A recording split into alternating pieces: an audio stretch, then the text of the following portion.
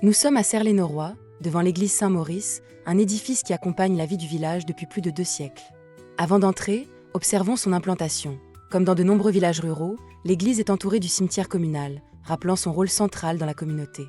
Dans le mur d'enceinte, un tilleul centenaire attire immédiatement le regard. Cet arbre, devenu un véritable repère végétal, marque depuis longtemps l'entrée du lieu de culte et accompagne les générations successives.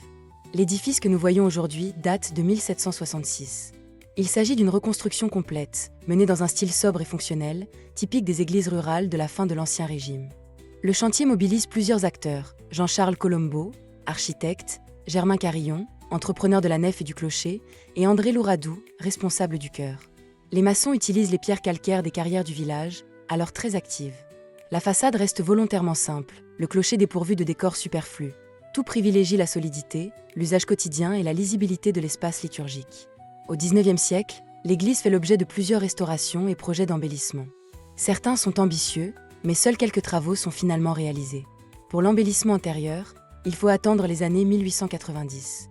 Sous l'impulsion du maire Xavier Nicolas Magnin et du curé Jean-Baptiste Parot, les frères des écoles chrétiennes entreprennent un vaste cycle de peinture, essentiellement réalisé sur toile. Ce décor n'est pas isolé. Plusieurs églises de la région ont été ornées de la même manière. Mais seules 3 ont conservé leur peinture. Ailleurs, le temps, le manque d'entretien ou des badigeonnages ultérieurs ont effacé ces décors. En 1930, l'église se modernise encore avec l'installation des 8 vitraux actuels, qui apportent une lumière plus colorée et structurent la lecture des espaces. Une nouvelle campagne de restauration est menée en 2010.